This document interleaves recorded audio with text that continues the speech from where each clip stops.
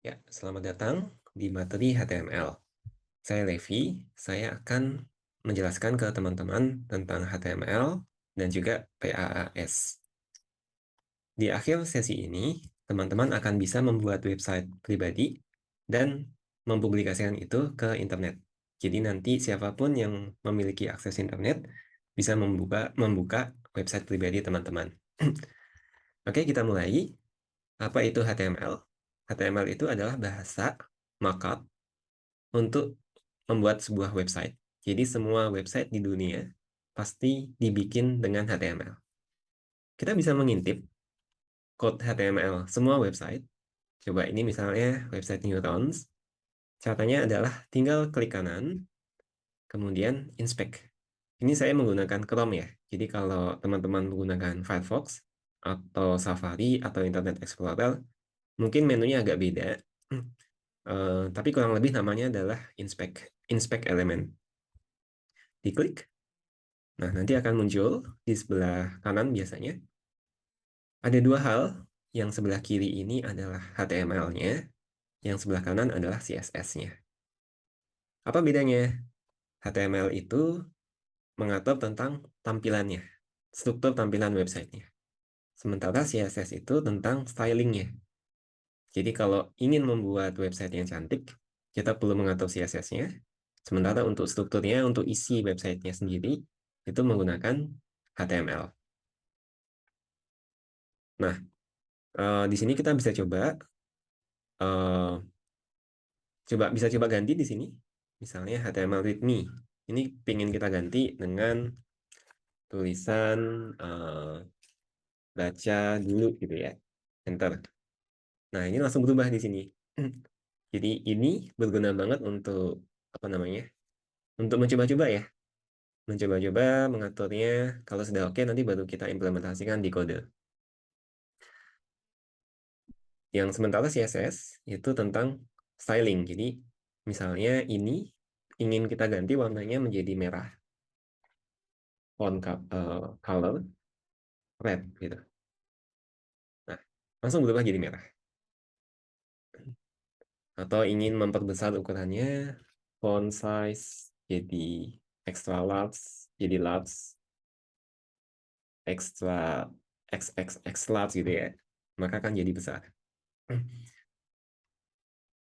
Oke, kita kembali ke slide.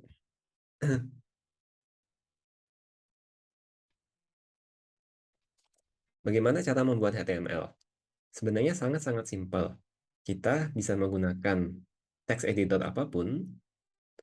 Di sini saya menggunakan VS Code ya, yang sudah kita pelajari sebelumnya.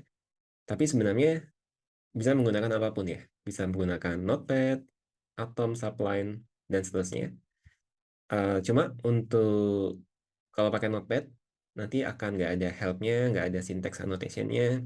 Maka disarankan menggunakan code editor ya, yang spesifik untuk coding. Nah, saya sudah membuka code editor di sebelah kanan ini. Di sini tinggal klik kanan di foldernya, kemudian pilih New File. Namanya bebas sebenarnya, tapi harus diakhiri oleh .html atau .htm. Dan umumnya namanya adalah index.html.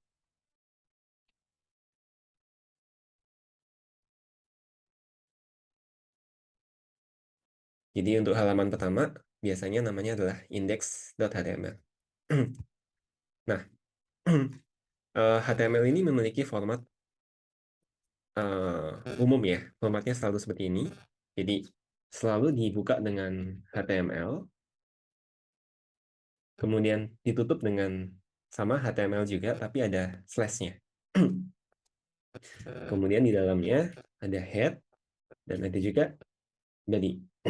Jadi ini adalah HTML kosong. Nanti akan saya jelaskan satu-satu. Tapi sebelum masuk lebih dalam, coba kita lihat dulu hasilnya seperti apa. Caranya simple, tinggal buka ini ya, new tab. Kemudian ini bisa kita geser. Jadi filenya ini kita geser ke sini, taruh di URL-nya sini, kemudian tekan enter. Tekan enter di sini. Nah, ini sudah jadi, tapi masih kosong. Mari kita coba tambahkan sesuatu di situ. Kita tambahkan di body, hello world, kemudian save. Kemudian balik sini tidak langsung muncul ya hasilnya, tapi kita perlu refresh dahulu. Nah, hasilnya muncul. Coba saya eksperimenkan dikit, misalnya kita ingin menebalkan huruf world, itu bisa ditutup dengan, bisa di-enclose dengan B. B itu bold. Kemudian balik ke sini lagi, kemudian refresh. Nah, perubahannya muncul. Cuma cara ini agak repot karena harus bolak-balik ya. Kemudian harus refresh juga. Jadi ada cara yang lebih simple, yaitu menggunakan live preview. Caranya masuk ke extension di VS Code, kemudian cari live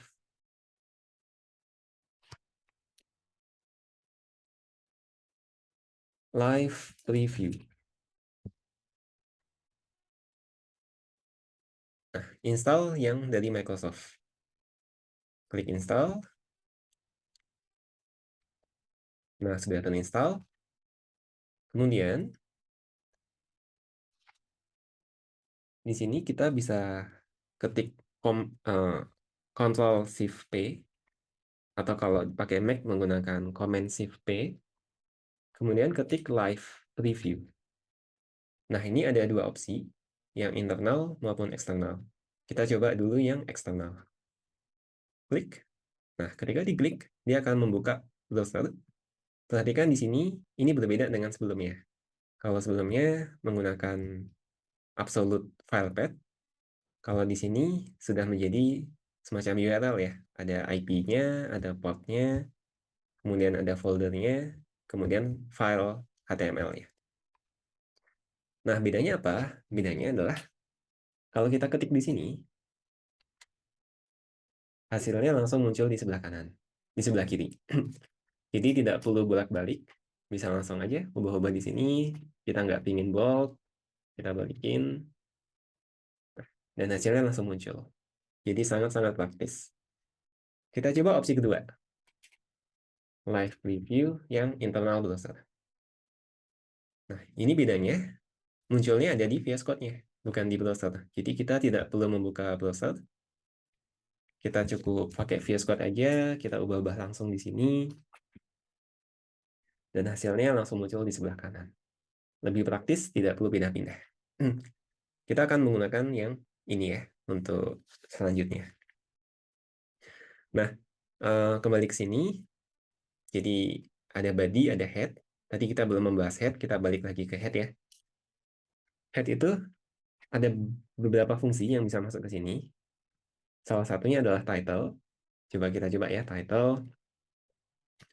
Halo dunia. Nah, title itu adalah sesuatu yang muncul di atas ini ya, judul sesuai namanya. Dan perhatikan juga ada, mungkin saya perkenalkan istilah baru. Jadi yang bentuknya kayak gini, yang dibuka dan ditutup oleh kurung siku, itu disebut sebagai HTML tag. Jadi HTML adalah HTML tag, head adalah HTML tag, title juga sama.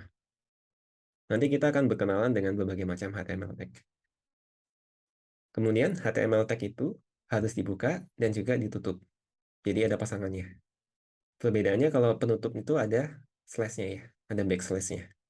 Ini juga sama, ini juga sama. Kalau tidak ditutup, hasilnya error. Nah, jadi kayak gini ya. Jadi pastikan selalu ditutup. Untuk head, jadi body itu intinya adalah semua yang muncul di dalam sini. Ini body. Sementara head itu adalah semua yang tidak muncul di sini.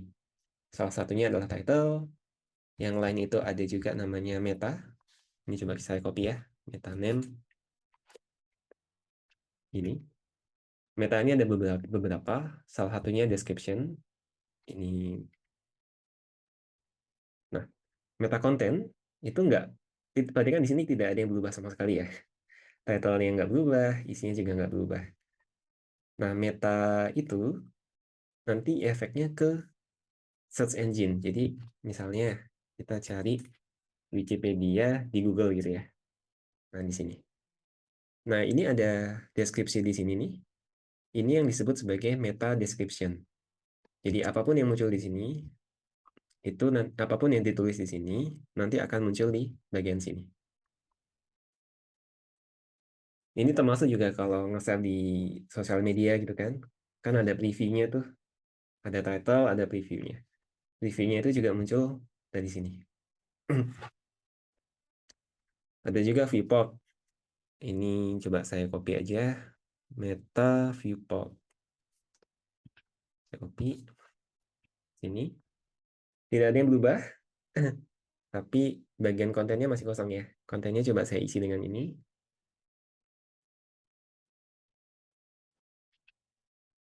Tidak ada yang berubah juga.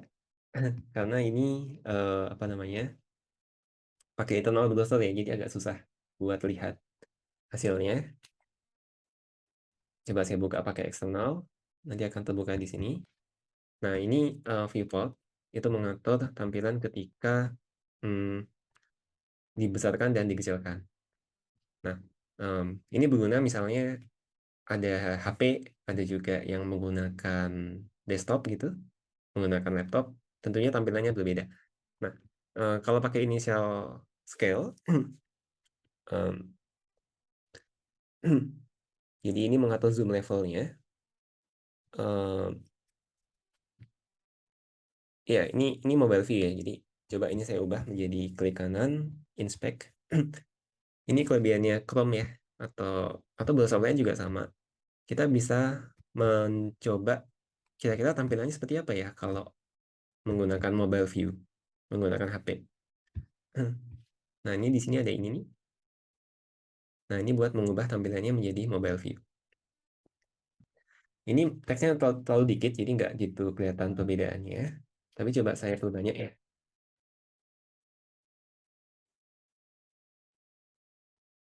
Saya panjangin. Hmm, saya copy aja ya.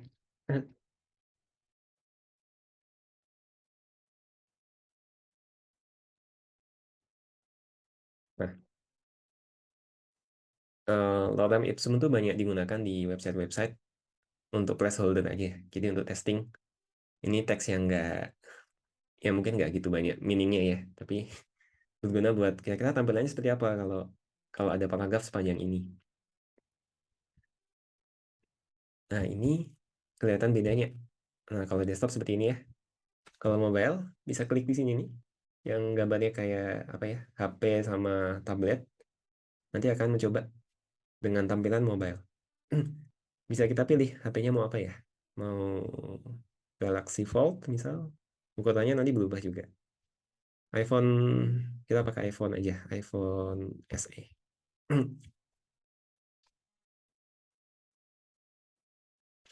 Kalau meta name-nya kita hapus, nah tampilannya jadi berubah. Ini komen ya namanya. Atau kita hapus saja dulu. Kita hapus. Tampilannya jadi berubah.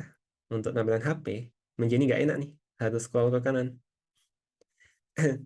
Nggak enak kan ya pakai HP, terus websitenya nggak full gitu, harus geser ke kanan. Hmm.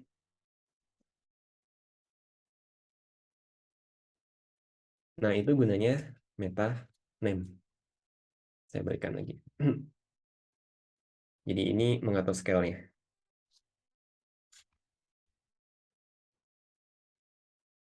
Kembali ke sini, body. Body itu tentang semua yang muncul di dalam websitenya. Semua yang di sini. Jadi semua, sebagian besar, hampir semua, yang mayoritas code yang kita bikin itu akan ada di body letaknya. Nah, di body ini bisa macam-macam ya. Ada tag-nya akan macam-macam, ada P, ada juga div, ada juga img. Yang satu-satu akan kita pelajari setelah ini. Oke, kita lanjut. Family tree relationship. Ini warnanya masih berubah ya tadi karena saya ubah. Coba saya refresh aja. Nanti kembali ke yang semula. Jadi perhatikan di sini selalu ada ini agak masuk ke dalam ya. Jadi sebenarnya bisa aja nulisnya seperti ini, tidak pakai nesting sama sekali. Ini kita geser semuanya ke sebelah kiri. Nah, gini. Cuma ini jadi susah dibaca.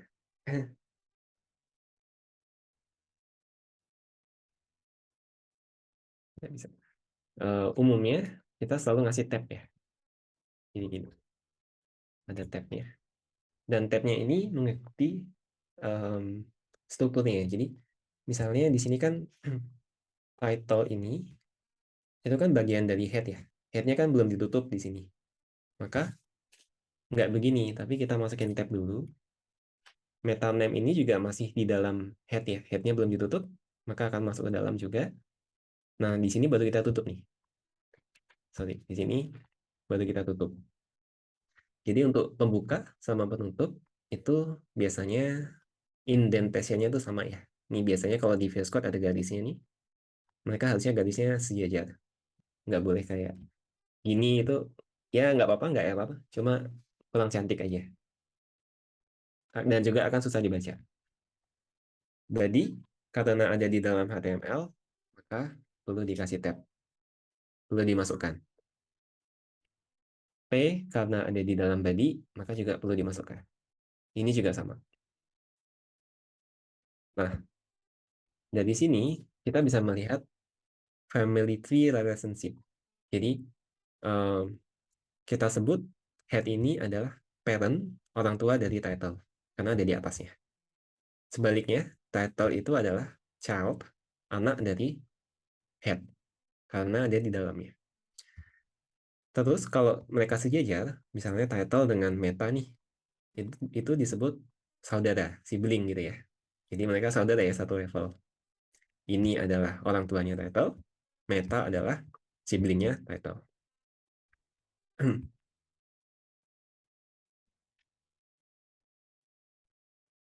Ya, kita masuk ke tag, HTML tag.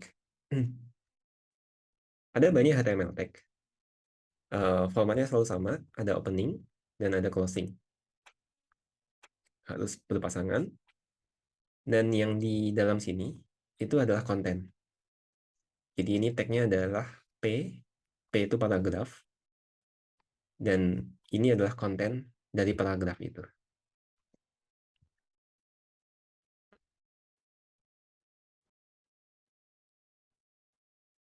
Ya, ada masing-masing HTML tag itu memiliki fungsi yang berbeda-beda. P itu paragraf. Apa gunanya P? Coba kita hapus dulu P. Ini kita hapus. Nah, tampilannya jadi seperti ini nih. Jadi ke kanan terus gitu ya. Tidak ada paragrafnya. Walaupun di sini kita kasih enter. Nah, enternya itu nggak berguna sama sekali. Karena HTML karena browser, dia nggak akan melihat enter-enter di sini. Kita kasih tab, juga dia nggak berubah. Bagaimana supaya ada separasi? Kita menggunakan P, paragraf. Nah, ini perhatikan harus masuk ya. Yang mau dimasukkan ke paragraf harus masuk di opening tag-nya sama closing tag. Nah, maka ini sudah masuk ke paragraf. Paragraf itu by definition, seperti halnya waktu SD, SMP ya. Kita bikin paragraf kan tuh antar paragraf akan ada spasinya ya. Ini juga sama. Jadi, browser akan menambahkan langsung secara otomatis separation between paragraph. Ini juga sama, ini kita masukkan ke dalam paragraf aja. Oh ya, gunakan huruf kecil ya untuk HTML tag. Karena jadi bagus ya, ada spasinya. Itu elemen. Beberapa apa? Tadi saya bilang bahwa harus dibuka sama ditutup, tapi beberapa HTML tag itu memiliki auto closing. Contohnya input tuh buat ini, buat input teks ya, bisa masukkan teks. Itu bentuknya biasanya bisa gini, bisa apa ya? Bukan bukan seperti ini, bukan seperti ini, tapi pembukanya sama penutupnya itu di satu tempat ya. seperti ini. Ada yang lain juga, misalnya IMG ini, IMG, BR. IMG itu image, itu juga bentuknya kayak gini. IMG itu, coba saya contohkan ya. Misalnya kita mau menggunakan image ini nih, neurons, bisa copy image address. Jadi image address itu adalah ini, dapat URL-nya kan, logo.svg, bisa kita masukkan ke sini. Nah, muncul image-nya. Ada satu contoh lagi tadi yang auto closing itu namanya BR. BR itu untuk membuat breakpoint. Ini kan nyambung ya. Ini sebelah kanannya langsung ada gambarnya. Kita pengen ya kayak semacam ngasih enter gitu ya. Bisa tinggal kita kasih BR. Nah, nanti akan muncul di bawahnya. Ini HTML tag. Saya ulangi, jadi ada yang self closing, ada juga yang dua gini ya. Ada pembukanya, ada juga penutupnya.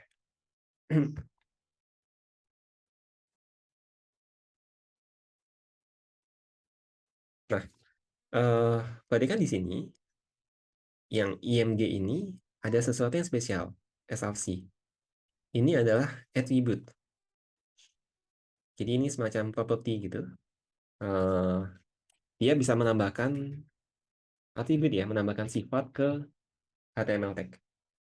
Misal, eh, di sini ada SRC. Tapi bisa juga IMG ini memiliki atribut lain, yaitu width. Ini bisa kita set ke 20. Nah, jadi lebih kecil ya. 200 jadi lebih besar.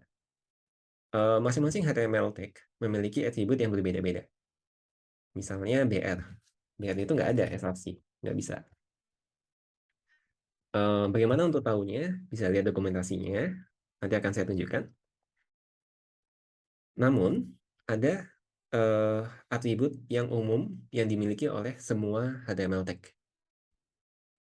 Di sini ada yang namanya class. Class. Kalau pakai VS Code enak ya. Jadi ketika klik hurufnya, nanti akan muncul nih atributnya. Kalau P itu kan nggak memiliki atribut width ya. Maka kalau kita klik width, nggak muncul apapun ya. Tapi kalau di IMG, kalau kita ketik width, nah itu muncul. Artinya si IMG ini memiliki atribut width. Oke. Nah, atribut yang ada di semua HTML tag itu disebut global attributes. Salah satunya adalah class. Jadi ini bisa kita kasih kelas. Misalnya kelasnya adalah hmm,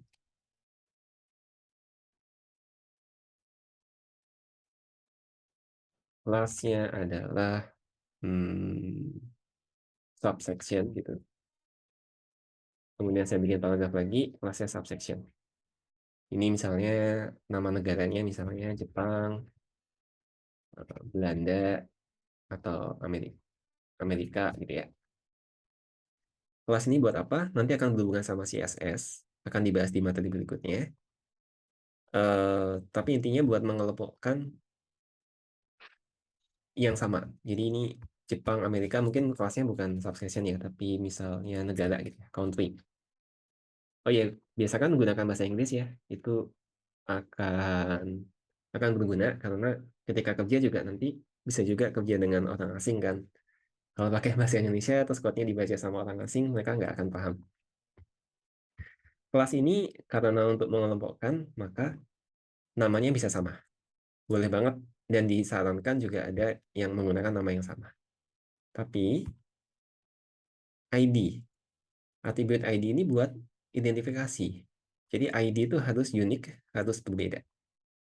Jadi contoh yang ini, ID-nya adalah Jepang.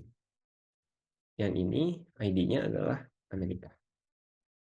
Tidak boleh sama. Jadi kalau ini Jepang juga, itu nanti akan bermasalah ketika belajar JavaScript. Nah, eh, ID ini buat apa? Nanti akan dipakai juga ketika belajar CSS dan juga JavaScript. Untuk sekarang, pahami dulu ada global tag ya, ID, ada juga class.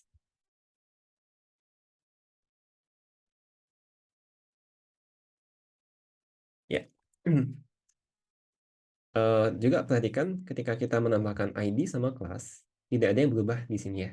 Jadi ini tidak mengubah tampilan, tapi nanti hanya digunakan ketika belajar CSS sama belajar JavaScript. Kita masuk ke materi berikutnya.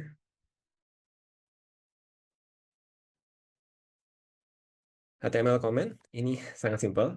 Ini komen. Komen itu komentar ya. Gunanya itu nggak ada gunanya. Buat browser nggak ada gunanya. Tapi lebih berguna buat manusia. Cara membuatnya eh, pakai gini ya. Agak panjang. Ini gitu. Jadi apapun yang diketik di sini nggak ada efeknya. Ini nggak mengubah apapun di sini. Ini gunanya buat manusia. Jadi misalnya kode panjang banget gitu ya. Nanti akan bingung. Ini buat apa ya gitu. Jadi biasanya kita buat membantu aja. Misalnya ini kita kasih komen list negara gitu ya. Terus ini komen. Oh ya, kalau pakai VS Code ada shortcutnya. Bisa pakai komen, terus bisa pakai kontrol, terus klik ini. Nah, coba ya, kontrol. Nah, dia akan membuat opening tag sama closing tag untuk komen. Ini misalnya gambar logo gitu ya. Ya, terserah. Komen ini berguna juga buat debugging. Misalnya kita mau mencoba menghilangkan Jepang sama Amerika gitu ya. Tapi nggak ingin menghapus nih, karena kita lagi pengen eksperimen, nggak pengen dihapus. Nah, kita bisa menggunakan komen. Caranya di VS Code bisa tinggal di select aja, terus ketik Ctrl backslash. Nanti akan jadi komen. Karena ini komen, maka tidak akan tampil di sini. Hilang. Tapi jika suatu saat kita ingin membalikkan lagi, tinggal di select lagi, terus sama Ctrl backslash. Nah, akan balik lagi. Bisa juga manual ya. Kalau manual ya tinggal dihapus aja ya. Nah, gini ini dihapus. Balik lagi. Cuma lebih repot ya karena harus satu-satu. Jadi emang lebih enak pakai shortcut Ctrl slash Ctrl backslash. Komen ini bisa one line, bisa juga multi line, nggak ada bedanya. Oke, sampai sini dulu. Di video berikutnya, kita akan belajar mengenai berbagai tipe HTML tag dan juga mencoba mendeploy itu ke server. Oke, terima kasih teman-teman. Sampai jumpa lagi.